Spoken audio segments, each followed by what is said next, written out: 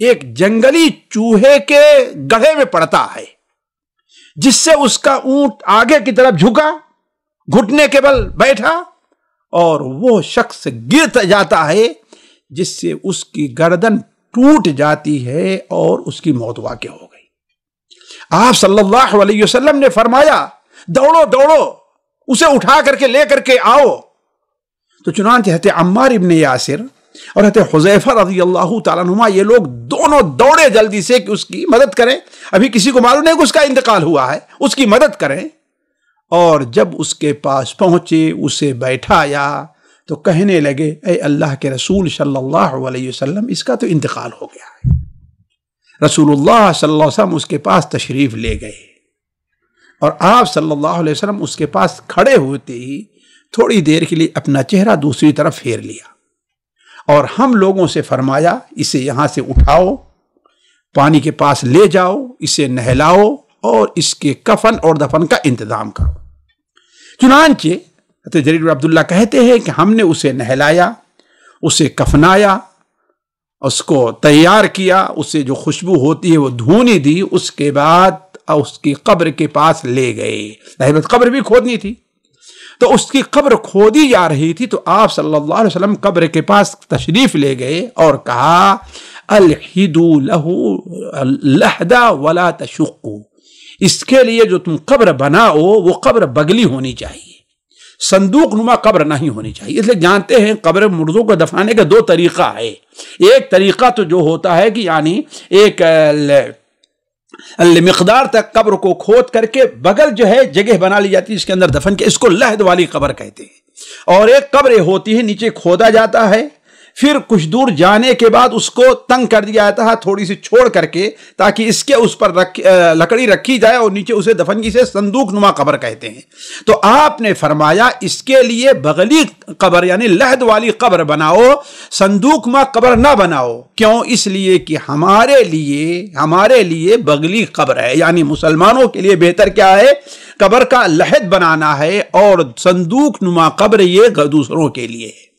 حضرت جریر بن عبداللہ کہتے ہیں کہ اس درمیان اس کی قبر کھودی جا رہی تھی، آپ نصیحتیں کر رہے تھے، کچھ دیر کے لیے آپ صلی اللہ علیہ وسلم خاموش بیٹھ گئے اور ہم سے کچھ بھی کوئی بات نہیں کی۔ ظاہر بات اس کے انتقال کا آپ کو افسوس رہا ہوگا، آپ کچھ بات نہیں کر رہے تھے۔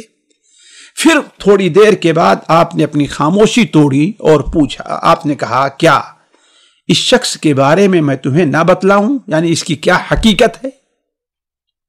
حضرت جریر بن عبداللہ کہتے ہیں کہ میں یہ بات رہ گئی تھی کہ وہ شخص اسے کھانے پینے کے لیے جب کوئی چیز نہیں مل رہی تھی تو ہم نے دیکھا کہ اس کے ہونٹ جو ہے وہ بالکل زخمی ہو چکے تھے، اس لیے کہ کھانے کی کوئی چیز نہ ملنے کی وجہ سے وہ پتے کھا کھا کر کے اپنی زندگی بچا رہا تھا۔ اپنی زندگی بچانے کے لیے وہ راستے سے جو کچھ بھی ملتا پتہ وہ کھا کر کے، جس کی وجہ سے اس کے ہونٹ کٹ گئے تھے، یہ ہم نے دیکھا۔ تو آپ صلی اللہ علیہ وسلم نے ارشاد فرمایا کیا اس کے بارے میں تمہیں میں نہ بتلاؤں؟ صحابہ نے کہا کہ اللہ تو ضرور بتلائیے۔ تو آپ نے فرمایا اولاً جب تم نے ہمیں اپنا رخ دوسری طرف پھیرتے دیکھا تو اس کی وجہ یہ تھی کہ اس کی وفات سخت بھوک اور پیاس کی حالت میں ہوئی تھی، اور میں دیکھ رہا تھا کہ فرشتے جنت کا پھل لے آ کر کے اس کے منہ میں رکھ رہے تھے۔ یہ مقام دیکھیے ساتھیو، اللہ کے لیے کوئی انسان اگر قربانیاں دیتا ہے تو میں نے جو منہ پھیر لیا اس لیے کہ میں دیکھ رہا تھا کہ اللہ تعالیٰ کے فرشتے اس کے منہ میں کھانے کی چیز جنت سے پھل لا کر کے اس کے منہ میں دے رہے ہیں۔ اور دوسری بات، آپ صلی اللہ علیہ وسلم نے ارشاد فرمایا یہ ان لوگوں میں ہے جن سے متعلق اللہ تعالیٰ فرماتا ہے الذین آمنوا ولم یلبسوا ایمانہم بظلم اولئک لہم الامن وہم مہتدون۔ یہ سورہ الانعام کی ایک آیت ہے، جس آیت گویا حضرت ابراہیم علیہ السلام کے قصے پر تبصرہ کے طور پر آئی ہوئی ہے۔ اس لیے کہتے ابراہیم علیہ السلام سے ان کے قوم نے کہا کہ تمہیں خطرہ نہیں لگتا، خوف نہیں، ڈر نہیں لگتا؟ ہمارے باطل معبودوں کی تم مخالفت کرتے ہو، تمہیں اس کا ڈر نہیں لگتا؟ تو حضرت ابراہیم علیہ السلام نے اس جواب دیا کہ بھلا بتاؤ، میں ان سے بے جانوں سے کیا ڈروں، تمہیں اللہ کا ڈر نہیں لگتا ہے؟ تو اس پر تبصرہ کرتے ہوئے اللہ تعالیٰ نے فرمایا کہ الذین آمنوا ولم یلبسوا ایمانہم بظلم اولئک لہم الامن وہم مہتدون۔ جو لوگ ایمان لے آئے، یعنی حقیقی امن کن کو حاصل ہے؟ کس کو حاصل ہے؟ جو لوگ ایمان لے آئے اور اپنے ایمان کو ظلم یعنی شرک سے ملوث نہیں کیا، یعنی اپنے ایمان لانے کے بعد ذرہ برابر بھی شرک نہیں کیا، تو یہی وہ لوگ ہیں جن کے لیے امن ہے، اور یہی وہ لوگ ہدایت یافتہ ہیں۔ تو یہ آپ نے بیان فرمایا کہ یہ شخص ان لوگوں میں داخل ہے کہ جن سے متعلق اللہ تعالیٰ فرماتا ہے کہ یہ مومن تو ہوا اور ایمان لانے کے بعد اس نے کوئی ظلم یعنی شرک نہیں کیا۔ تو ایسے ہی لوگ گویا کہ اللہ تعالیٰ ان کے لیے اب امن ہی امن ہے، آگے کا مرحلہ پورا بالکل پرامن ہے۔ اور تیسری بات آپ صلی اللہ علیہ وسلم جو ارشاد فرمائی، ھذا ممن عمل قلیلا واجر کثیرا، یہ ان لوگوں میں ہے، ان خوش نصیبوں میں اس کا شمار ہے جو عمل تھوڑا کیے ہیں، البتہ انہیں اجر بہت بڑا ملا ہے۔ اس لیے کہ اس کا عمل کیا ہے؟ اس کا عمل صرف اتنا ہی رہا کہ یہ اتنا لمبا سفر کیا اور آ کر کے اللہ کے رسول صلی اللہ علیہ وسلم سے بیعت کی اور ایمان اسلام سے متعلق آپ سے سوال کیا۔ جب اسلام سے متعلق سوال کر لیا تو اس پر مکمل طور پر عمل کا اس نے اقرار کر لیا، صرف اتنا اس کا عمل ہے۔ لیکن اجر کتنا ہے آپ لوگ اندازہ لگائیں کہ ابھی وہ اسے قبر میں بھی نہیں رکھا گیا ہے کہ اللہ تبارک و تعالیٰ کے فرشتے اس کے لیے جنت سے پھل لے کر کے آتے ہیں۔ کتنا بڑا اجر ہے۔ اب اس کو کیا مقام قبر میں، برزخ میں کیا مقام ملنے والا ہے اور آخرت میں کیا مقام ملنے والا ہے، ظاہر بات ہم آپ اندازہ نہیں کر سکتے۔ تو ساتھیو، یہ ایک قصہ ہے جسے امام حنبل رحمہ اللہ اپنے مسند احمد کے اندر ذکر کرتے ہیں۔ اب ذرا سوچیں ہم اور آپ اس قصے سے ہمیں اور آپ کو کیا سبق ملتا ہے۔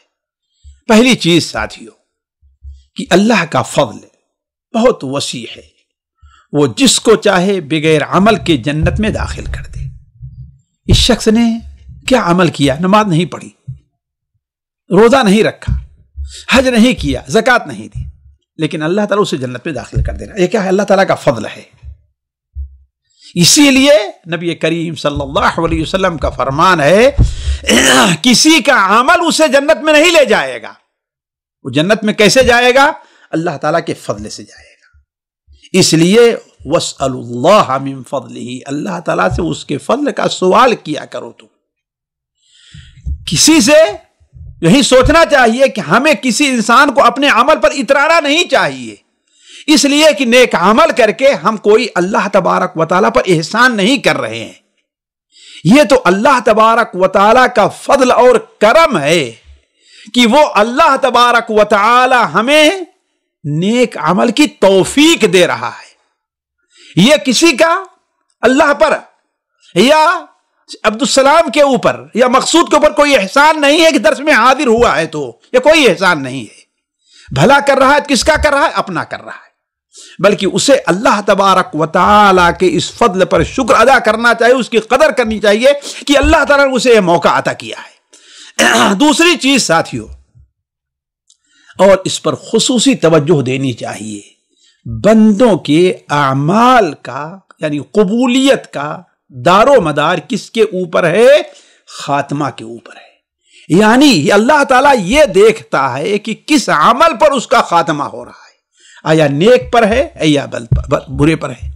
اگر کسی انسان کا خاتمہ زندگی بھر وہ برا کام کرتا رہا ہے، کافر ہی کیوں نہ رہا ہو، اگر موت سے پہلے اللہ تبارک و تعالیٰ کی توحید کا اقرار کر لیتا ہے، رسالت کا اقرار کر لے رہا ہے دل کی سچائی کے ساتھ، تو گویا اس کا خاتمہ اچھا ہو رہا ہے اور اس کے لیے خیر کی امید ہونی چاہیے۔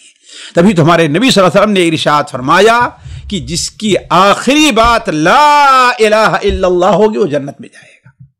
اسی طریقے سے ایک شخص زندگی بھر نیک عمل کرتا رہتا ہے، لیکن اللہ تبارک و تعالی موت سے پہلے اسے بعض برائیوں کے اندر، حتیٰ کہ بعض لوگ کفر اور شرک میں مبتلا ہو جاتے ہیں۔ اسی لیے ہمیں اور آپ کو اچھے عمل کے توفیق کی اور اس کے اوپر وفات کی دعا کرنی چاہیے۔ اسی لیے اللہ کے رسول صلی اللہ علیہ وسلم کی وہ دعا جو صبح و شام آپ پڑھا کرتے رہو، اس کے اوپر غور کریں۔ صحیح مسلم کی روایت ہے کہ آپ صلی اللہ علیہ وسلم اس دعا کو پڑھتے تھے، برابر پڑھا کرتے تھے۔ وہ دعا کیا ہے؟ وہ شام کی دعا میں نہیں، لیکن برابر پڑھنے کی دعا ہے۔ وہ دعا کیا ہے؟ اللہم انی اسألک، اللہم انی نعوذ باللہ من ذالک، اللہم اصلح لی دین الذی هو عصمت امری، واصلح لی دنیای التي جعلت فیہا معاشی، واصلح لی آخرتی التي الیہا معادی، اللہم اجعل الحیاة زیادتا لی من کل خیر والموت راحتا لی من کل شر، اللہم اصلح لی دینی الذی هو عصمت امری، اے اللہ تعالیٰ میرے دین کی اصلاح کر دے جس پر میرے تمام معاملات کا دار و مدار ہے۔ وَأَصْلِحْ لِي دُنْيَايَ الَّتِي جَعَلْتَ فِيهَا مَعَاشِي، اے اللہ تعالیٰ میری دنیا کی بھی اصلاح کر دے جس میں آپ نے ہماری زندگی اور روزی رکھی ہوئی ہے۔ وَأَصْلِحْ لِي آخِرَتِي، دیکھیے دین صرف دین پر اکتفا نہیں کیا، وَأَصْلِحْ لِي آخِرَتِي، اور میری آخرت کی بھی اصلاح کر دے جہاں مجھے جانا ہے۔ اللہم اجعل الحیاة زیادتا لی من کل خیر، اے اللہ تعالیٰ اگر آپ نے ہمیں موت دی ہے، جب تک موت دی ہے ہمیں خیر کے عمل کرنے کی توفیق عطا فرما، اور اللہ تعالیٰ ہماری موت کو، اے اللہ ہماری موت کو ہمارے ہر قسم کی بلا اور شر سے نجات کا سبب بنا دے۔ تو کہنے کا مطلب ہے کہ انسان کو حسن خاتمہ کی فکر ضرور کرنی چاہیے، ورنہ ہر آدمی اس دنیا میں آیا ہے اور دنیا سے چلا جائے گا۔ ہر آدمی اس دنیا میں آتا ہے، کسے کس کی موت ہوتی ہے، کیسے کسی ہوتی ہے، لیکن حقیقی موت تو وہی ہے کہ جس کی موت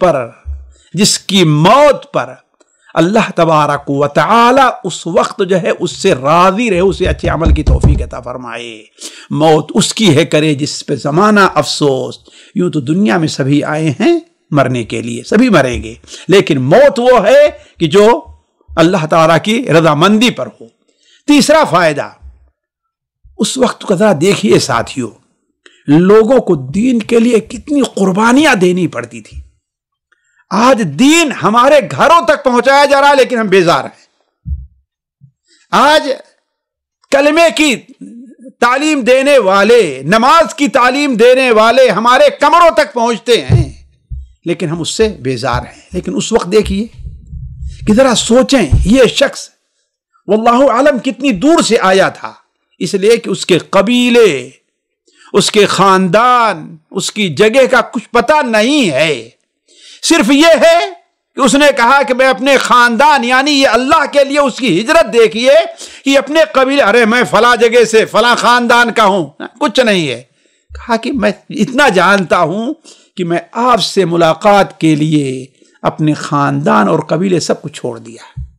اور دیکھیے اسے کھانے کے لیے کچھ تھا، یعنی کھانے کے لیے اس کو نہ پھل تھا اس کے پاس، کھانے کے لیے کھجور تک نہیں تھی اس کے پاس، حتیٰ کہ کھانے کے لیے ایک سوکھی روٹی بھی نہیں تھی۔ وہ زندہ کیسے رہا ہے ساتھیوں؟ صرف درخت کے پتوں کو کھا کھا کر کے اپنی زندگی گزاری ہو سکتی۔ کیوں؟ کس لیے؟ صرف دین کے حاصل کر لیے کہ وہ کس طریقے سے پہنچ جائے۔ اسی طریقے سے ساتھیوں، اسلام میں داخلے کے لیے سب سے پہلی شرط کیا ہے؟ کلمہ لا الہ الا اللہ محمد الرسول اللہ کا اقرار کرنا ہے۔ اور صرف اقرار نہیں، اس کے معنی اور مفہوم کو سمجھنا بھی ہے۔ آج ہم میں سے بہت سے لوگ ہیں لا الہ الا اللہ محمد الرسول اللہ کے اقرار کرتے ہیں لیکن اس کے معنی اور مفہوم کو نہیں سمجھتے۔ آخر محمد صلی اللہ علیہ وسلم کے رسول ہونے کا معنی کیا ہے؟ کیا ہے اس کا معنی؟ آدمی رسول کی بتائی ہوئی ایک تعلیم پر عمل نہیں کرتا، نہ اس کی شکل و صورت رسول کے بتائی ہوئے طریقے کے مطابق ہے، نہ رسول اللہ صلی اللہ علیہ وسلم کے بتائے ہوئے اس کی عبادت ہے، اس کا رہن سہن اللہ کے بتائے ہوئے طریقے کے مطابق نہیں، پھر بھی اپنے کو مسلمان سمجھ رہا ہے۔ نہیں، ضروری ہے کہ اس کلمے کو سمجھا جائے، ورنہ اگر یہ کلمہ مجرد پڑھ لینا ہوتا تو مکہ کے لوگ پڑھتے کیوں نہیں؟ لیکن چونکہ وہ عرب تھے، وہ جانتے تھے کہ لا الہ الا اللہ کا کیا معنی ہے، کہ اللہ کے علاوہ عبادت کے لائق کوئی نہیں ہے۔ وہ عبادت چاہے ہم دل سے کریں، وہ عبادت خواہ ہم زبان سے کریں، وہ عبادت خواہ اپنے ہاتھ اور پیر سے کریں، یا وہ عبادت خواہ ہم اپنے مال سے کریں۔ اب ہم نے یہ کلمہ پڑھ لیا تو گویا کہ ہم اپنے گلے کے اندر ایک قلادہ لپیٹ لیا، ہم اس سے آگے نہیں جانا ہے۔ تو کہنے کا مطلب یہ ہے کہ اسلام میں داخلے کے لیے ضروری ہے کہ انسان کلمہ لا الہ الا اللہ محمد الرسول اللہ اس کا اقرار سمجھ کر کے اور اس کے معنی کو جان کر کے کرے۔ پانچواں فائدہ ساتھیوں، نجات کی بنیاد صرف ایمان اور کہہ لینے پر نہیں ہے۔ نجات کے ساتھ کہہ لینے یعنی لا الہ الا اللہ کہہ لینے کے ساتھ ساتھ نیک عمل بھی کرنا ہے، اس لیے کہ آپ صلی اللہ علیہ وسلم نے اسے کیا بتایا کہ لا الہ الا اللہ رسول اللہ کا اقرار کرو، اور جو اللہ تعالیٰ کی طرف سے لے کر کے آئے وہ حق اس کو مانو۔ اس نے کہا اس کو تو میں مانتا ہوں، آپ نماز پڑھو۔ یہ نہیں کہا صرف کامیاب ہو گئے تو نہیں، آپ نے کہا نماز پڑھو، کہا یہ بھی میں نماز پڑھوں گا۔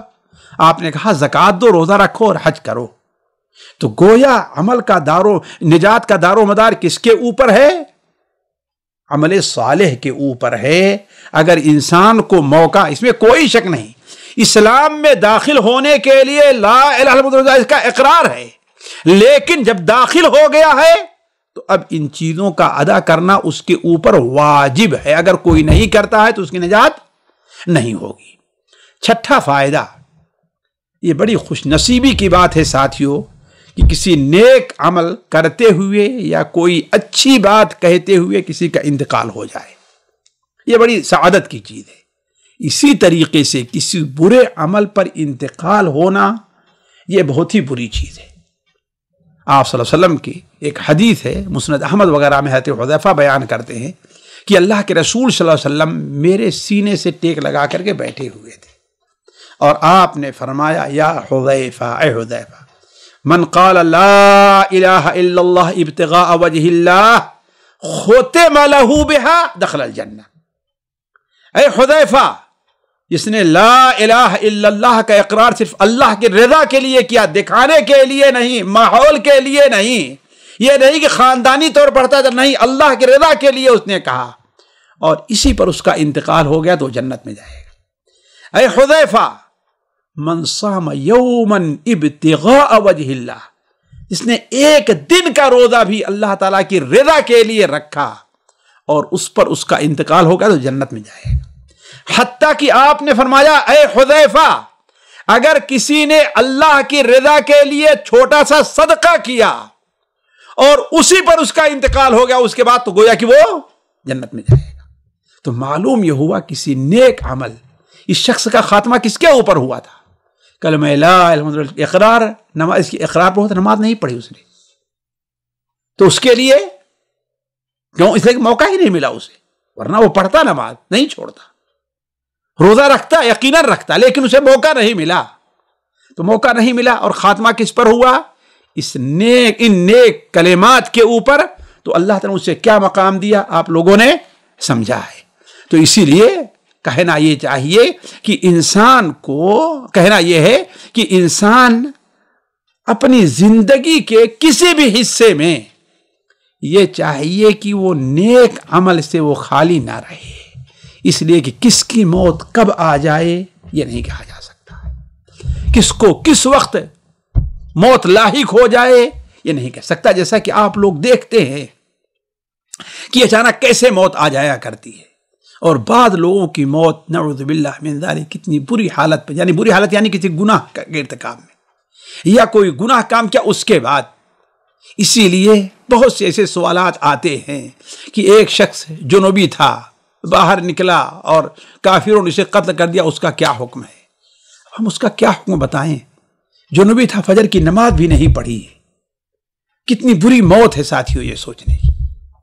تو کہنے کا مطلب یہ ہے کہ انسان یہ کوشش کرتا رہے کہ اس کا خاص طور پر جب بیمار ہے یا آخری عمر ہے تو انسان ایسے اعمال کے لیے ضروری ہے، ایسے وقت ضروری ہے کہ انسان نیک عمل پر توجہ دیتا رہے۔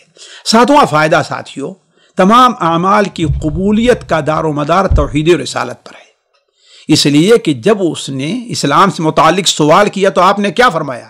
تشہد ان لا الہ الا اللہ وانی رسول اللہ وتقر بما جاء من عند اللہ۔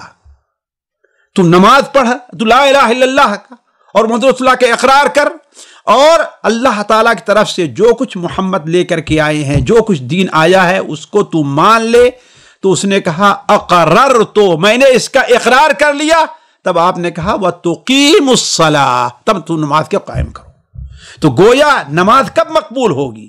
جبکہ توحید پائی جائے گی۔ تو رسالت میں کے بارے میں ہمارا معاملہ صحیح ہوگا تو صلو کما رأیتمونی اصلی، ویسے ہی نماز پڑھو جیسے ہم نے مجھے نماز پڑھتے دیکھا ہے۔ جب یہ پایا جائے گا تو اسی طریقے سے ساتھیوں، آٹھواں بڑا فائدہ اسلام کی فضیلت۔ کہیں گے کیسے اسلام کی بڑی فضیلت ہے؟ اسلام کی فضیلت یہ ہے کہ اسلام سے پہلے کے جتنے گناہ ہیں، چھوٹے گناہ، بڑے گناہ، اللہ کے حقوق، بندوں کے حقوق، جو کچھ بھی ہیں، ظاہری گناہ، پوشیدہ گناہ، سارے کے سارے گناہ معاف ہو جاتے۔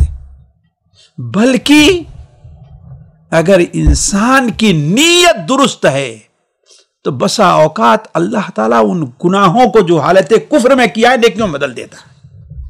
یہ اسلام کی خوبی دیکھیے آپ، کتنی بڑی خوبی ہے اسلام۔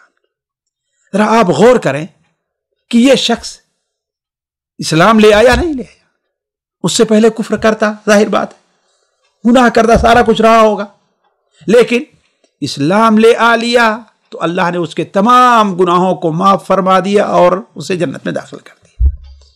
اور ساتھیوں فائدے تو بہت ہے، لیکن ایک اور فائدہ جو ہمارے آپ کے فائدے کے لیے ہو سکتا ہے وہ یہ ہے کہ مسلمانوں کے لیے بہتر یہ ہے کہ قبر کیا بغلی قبر یعنی لحد ہونی چاہیے، بہتر ہے ان کے لیے۔ اللہ یہ کہ کہیں کی زمین ایسی ہے جو زیادہ ریتیلی ہے، وہ برداشت کے لائق نہیں، الگ مسئلہ رہتا ہے، لیکن عام حالت میں انسان کو، مسلمان کے لیے بہتر یہ ہے کہ وہ لحد یعنی بغلی قبر جس کو کہتے ہیں وہ ہو۔ اسی لیے اللہ کے رسول صلی اللہ علیہ وسلم کو جو دفنایا گیا ہے وہ بغلی ہی قبر میں۔ حضرت انس بن مالک بیان فرماتے ہیں کہ جب نبی کریم صلی اللہ علیہ وسلم کے دفن کا معاملہ ہوا تو لوگوں نے کہا کہ آپ کی قبر کیسی بنائی جائے، لحد والی بنائی جائے یا صندوق نما بنائی جائے؟ اس وقت مدینہ منورہ میں دو شخص تھے جو قبر کھودتے تھے بڑے اچھے، ایک تو وہ تھے جو لحد یعنی بغلی قبر اچھی کھودتے تھے اور دوسرے صندوق نما۔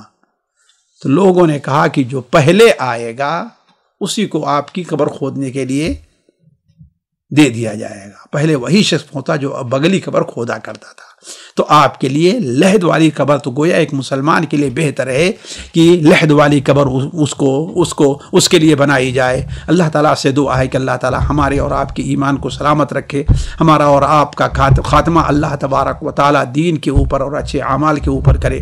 سبحانک اللہم و بحمدک، اشہد ان لا الہ الا انت، استغفرک و اتوب الیک۔ سامعین کرام، ہمارے علمی اور عوامی دروس اور سوال و جواب کی مجلسوں سے آپ خود بھی مستفید ہوں اور اپنے دوست و احباب کے ساتھ بھی شیئر کریں۔ عین ممکن ہے کہ آپ کے شیئر سے کسی کی اصلاح اور آپ کے لیے صدقہ جاریہ بن جائے۔ واٹس ایپ پر اسلامک میسج حاصل کرنے کے لیے نمبر نوٹ فرمائیں: یعقوب عزیز 00966 5089 59707۔ واٹس ایپ سوال جو آپ گروپ میں ایڈ ہونے کے لیے نمبر نوٹ فرمائیں: عبدالسلام عمری 00966 5026 27622۔ نمبر بھیجتے ہوئے نام اور پتہ ضرور لکھیں۔ اسی طرح ہمارے یوٹیوب چینل اسلامی دعویٰ کو ضرور سبسکرائب کریں تاکہ ہماری ہر نئی اور اہم ویڈیو کی اطلاع آپ کو فوری حاصل ہو جائے۔ تمام دروس، مقالات اور سوال و جواب سیریز کے لیے ہماری مشہور ویب سائٹ www.islamidawah.com کا مشاہدہ کرتے رہیں۔ السلام علیکم ورحمۃ اللہ وبرکاتہ۔